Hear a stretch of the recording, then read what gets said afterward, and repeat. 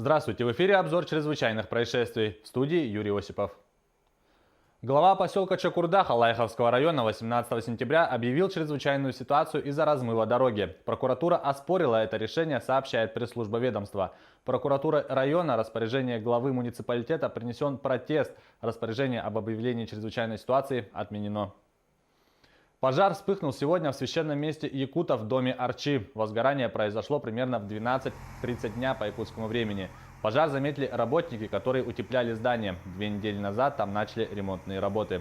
Заказчиком выступила администрация города, на балансе которой и стоит данный объект. Из здания во время пожара эвакуированы все, кто находился в это время. Как говорят сами работники духовного центра, пожар мог произойти из-за замыкания проводки.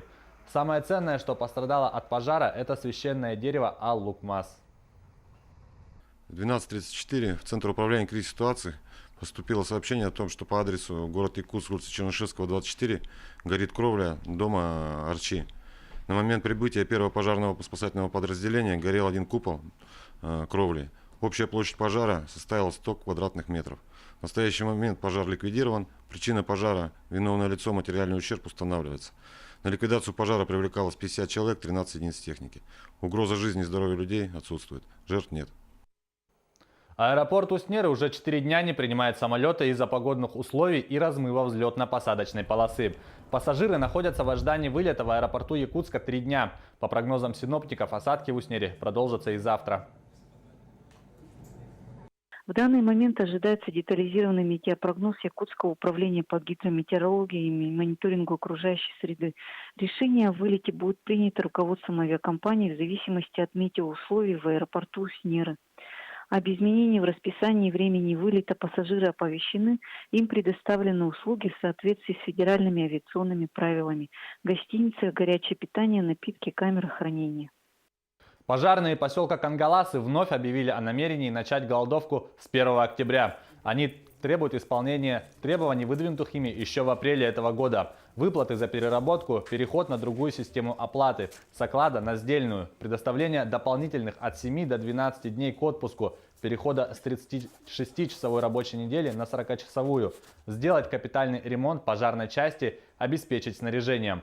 По информации председателя Госкомитета по обеспечению безопасности жизнедеятельности населения Республики Юрия Зайцева, из 10 пунктов протокола, составленного в апреле, на данный момент выполнено 5, еще один находится в исполнении, а 4 из-за недостатка финансов в бюджет выполнить до 2021 года не представляется возможным. Бюджет, при содействии Министерства финансов дополнительно выделяет 128 миллионов рублей. Эти вопросы обсудили, мы им доказали, обосновали, что эти средства требуются для погашения задолженности по условиям оплаты труда за период до 2018 года. Правительство должно выделить 577 миллионов рублей, чтобы была увеличена заработная плата, чтобы переработка в полном объеме выплачивалась и прочие моменты. Мы сегодня поясняем о том, что в одночасье таких денег и средств не будет.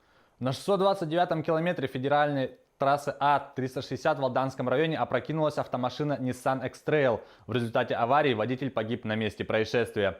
Пассажирка была доставлена в Алданскую центральную районную больницу, но отказалась от госпитализации. Авария произошла около 4 часов утра. Прибывшие на место происшествия сотрудники ГИБДД установили, что 26-летний мужчина, управляя автомобилем, предположительно уснул за рулем, в результате чего совершил съезд с дорожного полотна и опрокидывание автомашины в кювет. Водитель получил телесные повреждения, несовместимые с жизнью. Также в салоне автомобиля находился годовалый ребенок, которого перевозили на заднем сидении в детском автокресле, благодаря чему ребенок не пострадал. Служба спасения Якутии завершила поисковые работы группы геологов, которые с 12 сентября не выходили на связь.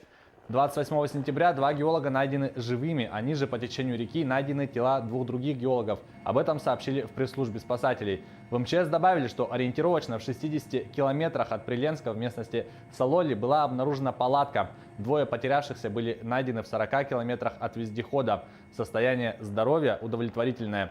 Также в 400 метрах от палатки обнаружен затонувший вездеход и тела 2 геологов. Все доставлены на участок Молодов. В дальнейшем спасенные геологи, а также тела погибших на воздушном судне Ми-8 будут доставлены в поселок Жиганск Жиганского района. Пассажирский лайнер совершил аварийную посадку на воду в Микронезии. Всех пассажиров и экипаж лайнера удалось спасти. Подробности в репортаже наших коллег. Флотилия маленьких лодок спасла всех людей, находившихся на борту самолета, совершившего аварийную посадку у берегов Микронезии. Всего в Boeing 737 находились 36 пассажиров и 11 членов экипажа. Инцидент произошел в пятницу утром. Лайнер летел из Папуа-Новой Гвинеи на острова Трук. Он упал в воду примерно в 150 метрах от посадочной полосы. По предварительным данным, произошло это из-за того, что капитан лайнера не справился с управлением. Все находившиеся на борту люди доставлены в больницу. По сообщению врачей, серьезно пострадавших среди них нет. Представители авиакомпании, которой принадлежал самолет, пока не дали никаких комментариев. На место происшествия отправилась следственная группа. Это была рубрика «Чрезвычайные происшествия». Берегите себя.